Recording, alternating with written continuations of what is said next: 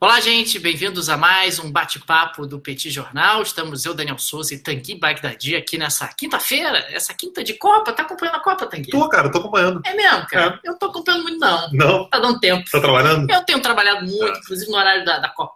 Trabalho é um negócio que atrapalha muita gente, Atrapalha, né? né, cara? Atrapalha, porque é um negócio que quebra o dia. É verdade. Você tá ali de manhã, aí vem um trabalho no meio e depois só de noite, cara. Pois é, cara. E aí, como é que você vive, né? Pois é, você vai fazer o quê? O Copa do Mundo rolando, aí? E aí? É aquele coisa de trabalho enobrece o homem, nada disso, né, Não tem cara? nenhuma, né, cara? Homem trabalha para não trabalhar, Isso. para gastar as horas de ócio. Isso. Estamos atrasados, né?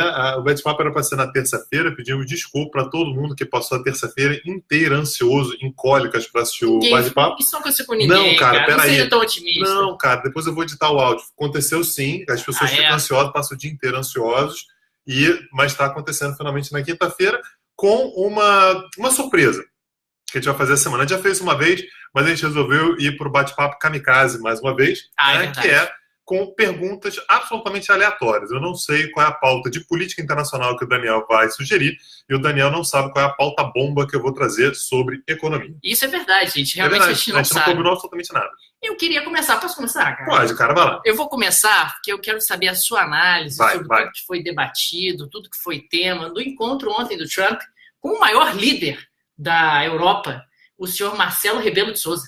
Marcelo Rebelo de Sousa? Marcelo Rebelo de Sousa? Que Marcelo Rebelo de Sousa? Presidente de Portugal, cara. Teve com o Trump ontem. Ele teve lá, né, cara? Teve na Casa Branca. Eu quero sua análise sobre esse maravilhoso encontro entre Marcelo Rebelo. Teve até uma saia justa e tal, mas queria que você analisasse aí. Não, ele é tão importante, ele é tão superior ao resto que eu até esqueci. Marcelo Rebelo de Sousa com S, é meu primo.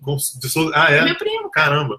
Então, eles discutiram amenidades, cara. Amenidades? Não teve nada de importante, até porque o dia foi pautado pela possibilidade de um encontro entre o Putin e o Trump. Estou respondendo a sua pergunta, tá? Ok. Mas o John Bolton, sabe quem é John Bolton? Uhum. Aquele do bigodão? Uhum. Então, ele teve no Kremlin ontem, você imagina aí o impacto em termos de Guerra Fria.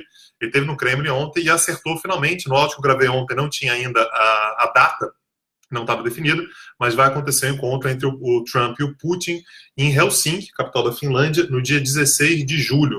Então isso acabou ofuscando um pouco o encontro do rapaz lá de Portugal, Cristiano Ronaldo? Não, Marcelo Rebelo de Sousa, com o Trump, que de fato aconteceu na Casa Branca. Eu fiquei sabendo que ele ia lá. Basicamente, eu perguntei uma coisa e você respondeu outra. É isso. Mas não é isso que todo mundo faz? É isso que todo mundo faz? Não é. Quando eu passo a prova para os alunos, por exemplo, um abraço para meus alunos, que eu pergunto uma coisa, eles respondem o que eles gostariam que eu tivesse perguntado. Isso que acontece. Deixa eu até então complementar aqui que Marcelo Rebelo de Sousa e Trump, o principal ponto da pauta foi a pressão que Trump está fazendo sobre Portugal para que Portugal atinja a meta de gastos militares da OTAN de 2% do PIB.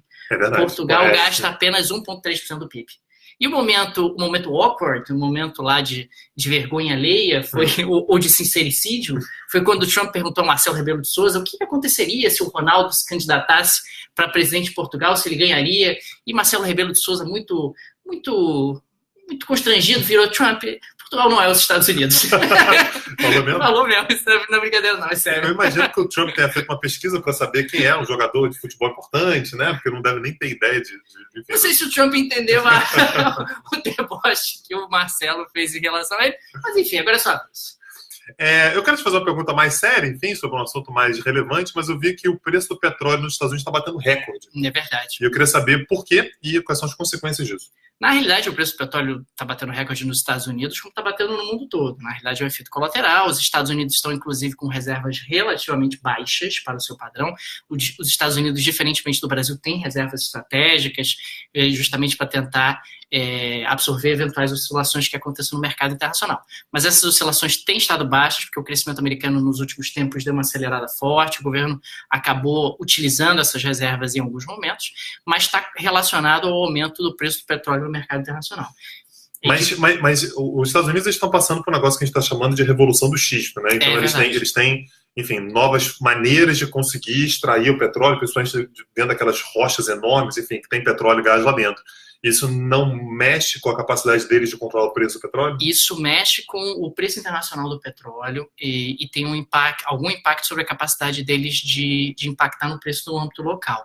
Mas não é mais suficiente. Na realidade, o consumo americano de energia cresceu mais do que a produção de xisto e, consequentemente, eles ainda têm uma dependência externa muito grande. O xisto teve muita relevância no momento que a economia americana estava crescendo pouco. No momento em que ela deu uma acelerada, o xisto não está dando mais vazão e capacidade para os americanos controlarem o preço. É sempre importante destacar que os Estados Unidos têm influência sobre o preço internacional. Então, o que acontece nos Estados Unidos, às vezes, influencia mais o mundo do que o contrário. Por isso que essa correlação é muito forte. Se os americanos tivessem com uma demanda por petróleo menor, o preço do barril do petróleo poderia estar mais barato no mercado internacional, auxiliado aí pela produção de xisto. E o que é curioso é que os Estados Unidos influenciam muito o preço do petróleo de uma forma geral, e eles passaram por uma volta de 180 graus na maneira como eles se posicionam, né? Eles eram importadores vorazes, agora eles são exportadores de petróleo. Então, alguém que tenha passado 10 anos em coma e se aparecer agora não entende absolutamente nada do que está acontecendo no mercado do petróleo. Lembrando que no caso dos Estados Unidos, no mercado local, ele é comercializado pelo preço nacional. Então, você acaba tendo... não faz tanta diferença para o consumidor local se os Estados Unidos são exportadores ou importadores. Tem impacto sobre a balança comercial, tem impacto sobre as contas externas, mas sobre o preço do petróleo e seus derivados para o consumidor local acaba não tendo muita influência. Legal. E mais um assunto. Eu vi que o governo anunciou a expectativa de crescimento para esse ano agora para baixo. É verdade. Foi para 1,6%. Então, aquela mágica que o Temer ia fazer de melhorar a economia, ia ser o legado dele, nem isso, né? 1,6% é a expectativa do Banco Central, 1,7% do IPEA, que também foi divulgada essa semana. Originalmente, no início desse ano, a expectativa de crescimento era de 3%, aí passou para 2,5%, passou para 2% e agora está 1,6%. Está chegando no final do ano em recessão. Acho que não chega tanto, mas pode ser que a gente tenha um crescimento perto de 1, que foi o que aconteceu no ano passado. E a explicação para isso é principalmente o índice de confiança do empresariado, que está muito ruim, é o pior índice de confiança do empresariado em muito tempo, até porque não é muito difícil de explicar. Se você fosse um empresário, aliás, você é um empresário, você tem muitos negócios aí, é que você esconde das pessoas. Cara, o meu negócio é o Petit Jornal, que aliás, é um agradecimento para os apoiadores aqui que fazem com que a gente tenha o nosso giro de caixa, fluxo de caixa. Bonito isso, falar isso, né, cara? Para pagar as despesas todas, exatamente. Entendi. Aquela cerveja. É mesmo, sim, cara? Sim. Tá bom. Mas falando então sobre a questão do crescimento, o índice de confiança do empresariado está muito ruim. Imagina se você, no atual momento, investiria no Brasil num projeto de longo prazo de maturação. Não, né? Até depois da greve dos caminhoneiros, passou-se a impressão de que o governo está completamente entregue, que já não tem nenhuma capacidade de organizar o Congresso. Pelo contrário, o Congresso tem enfiado até algumas pautas bomba de perdão de dívida, alguns impactos fiscais bastante significativos. Então, houve uma deterioração das expectativas. Sem investimento não há geração de emprego, sem geração de emprego não há consumo. Então, esse processo realmente de desmoronamento que tem acontecido ao longo de 2018 é o que explica essa revisão para baixo da nossa expectativa de crescimento. Maravilha. Falando um pouco agora sobre México, estou vendo ali que Vivian está presente. Aliás, perguntei para ela o que ela está achando aí das eleições mexicanas para esse final de semana. Quero saber as suas expectativas para eleições do México. A tendência é que o Obrador vença, né? O Obrador está bem na frente. O Obrador é o candidato de esquerda do México. É o teu candidato? É o meu candidato. É o teu candidato. Votarei. É porque eu não tenho título de eleitor. Mas você votaria nele? Eu nele. votaria no cara que mora nos Estados Unidos. Eu tenho certeza disso. É sua cara votar no cara que mora nos Estados Unidos. E é candidato a eleição para presidente do México. E aí ele pretende fazer um homeworking, né? Trabalhar de casa, esse home office, né? Trabalhar de casa, ele tá Flórida e tudo. Vai até para Flórida, porque até é mais perto, mais ao sul ali. Entendi. Né? Mas a tendência é que ele vença e em se confirmando a vitória dele, a tendência é que nós tenhamos uma relação ainda mais tensa com os Estados Unidos, né? O Obrador é o cara que desde o início na verdade, o atual presidente Peña Neto já disse que não construiria um muro de jeito nenhum. A gente sabe que é um gesto retórico do Trump, mas com o Obrador a tendência é que essa postura mais dura do México em relação aos Estados Unidos seja ainda mais fortalecida. E a tendência é que o México volte a olhar mais para a América Latina. O que é curioso, porque o México ele tem uma dúvida muito grande se ele é norte-americano ou se ele é latino-americano. Tem vezes que ele se sente mais norte-americano e se volta mais para os Estados Unidos, tem vezes que ele se sente mais latino-americano e se volta mais para o Brasil, para a Venezuela, para o Caribe, enfim. Só que agora, se ele olhar para a América Latina, provavelmente ele vai encontrar países que não estão exatamente muito dispostos a olhar para a América Latina também. Tentar falar de América Latina com o Brasil, com a Argentina nesse momento, talvez seja furado. Então, fica a curiosidade para saber como é que o Obrador vai lidar com isso daqui para frente, se, de fato, a eleição dele se confirmar. Eu quero saber se a eleição de domingo influencia o desempenho do México na segunda. É isso que eu quero saber. Depende quem é o candidato do Ochoa. Você lembra do Ochoa em 2014? Não lembro do Ochoa. O goleiro. É porque você não assiste muito futebol, que você não gosta. Mas o Ochoa é o goleiro. O goleiro é que ele pode pegar a bola com a mão. Do México. Tá. E ele agarrou tudo contra o Brasil. Foi 0-0 o jogo. Foi um inferno. Você já sabe que é um candidato do Ochoa? É bom saber isso. Eu vou até pesquisar, cara. Acho muito importante saber. Se ele estiver animado mesmo. A Vivi me falou que tem suspeita de fraude aí, cara. Pode ter fraude? Isso aí pode ser encaixado. Ter fraude no México? Isso aí pode ser encaixado em qualquer país, sim. Pode ter fraude. Ainda mais no México, né? Então, por que ainda mais no México? Não entendi. Não, enfim. É uma ideia que eu tive aqui. Não estou querendo dizer nada sobre o México, veja bem. México é nosso adversário na segunda-feira, cara. Esse vídeo pode ser utilizado para motivar os jogadores do México, cara. Nossa, eu vou ficar lisonjeado se isso acontecer. E, enfim, mais um assunto só que eu queria puxar, está tendo cúpula da União Europeia nesse momento, em Bruxelas, e o assunto... Qual a importância disso? Cúpula da União Europeia, quem quer saber disso? Então, gente, qual a influência disso? Vou falar para vocês. Esquece, eles não sabem o que é a União Europeia. Eu sei, está escrito lá no passaporte da União Europeia. Então, é sobre isso que eu queria falar. Tá vendo como é que tem relevância? A discussão que está sendo feita é toda relacionada à questão da migração. A gente tem tido uma postura muito dura de alguns países com relação à migração, de não aceitarem mais migrantes ilegais, enfim. E a discussão toda é, inclusive, a possibilidade de haver uma relativização do espaço Schengen. Você está todo feliz porque você tem o seu passaporte lusitano, então você pode chegar lá, mas você não quer ir para Portugal, porque Portugal, se uma pessoa entra, a outra tem que sair, porque não tem espaço. Essa piada não tem graça. Então você quer ir para outros países ali da região. Se o espaço porque os outros são vazios, né? Os outros ali tem muito espaço e tal, né? Levou isso pro coração, não era a minha intenção, veja bem. Mas se o espaço Schengen é um acordo que existe desde a década de 80, que abrange hoje uma grande parcela dos países da União Europeia, que permite que você, a partir do momento que você está no espaço Schengen, ou seja, qualquer país que faz parte desse acordo, você pode transitar livremente sem sequer ter controle de fronteira. Por isso que a gente fala, inclusive, de voo doméstico. Mesmo que seja um voo, por exemplo, que sai de Portugal e vá para a Alemanha. Tudo voo doméstico. Isso inclui trabalho, né? Isso inclui trabalho, sim. Na verdade, o trabalho é uma coisa que está incluída no mercado comum. O espaço Schengen é realmente a possibilidade de circulação. Então, uma coisa não é exatamente igual à outra, apesar de uma coisa fortalecer a outra. Mas, nesse momento, a Angela Merkel está contra as cordas, né? Então, existe a possibilidade, inclusive, a gente falou isso na semana passada, de novas eleições. Ela está sofrendo muita pressão internamente, agora internacionalmente.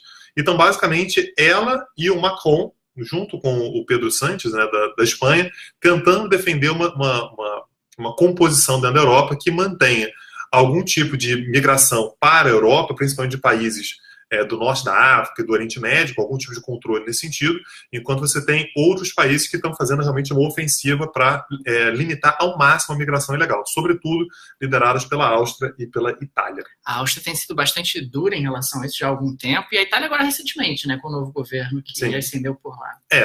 A bandeira do novo governo era essa, né? Quando disputou as eleições, a bandeira desde o início era parar imediatamente a migração ilegal. Para a Itália isso é particularmente sensível por conta dos navios, né, que vêm da África em direção ao litoral italiano. Né? Normalmente as pessoas que saem, por exemplo, do norte da África, elas saem muitas vezes da Líbia, né, que é uma região que, enfim, nos últimos 8 anos tem passado por dificuldades enormes, está em guerra civil, enfim, pelo menos desde 2011. E normalmente o local mais perto da Europa ali é Lampedusa, né, que é uma ilhazinha italiana no meio do Mediterrâneo.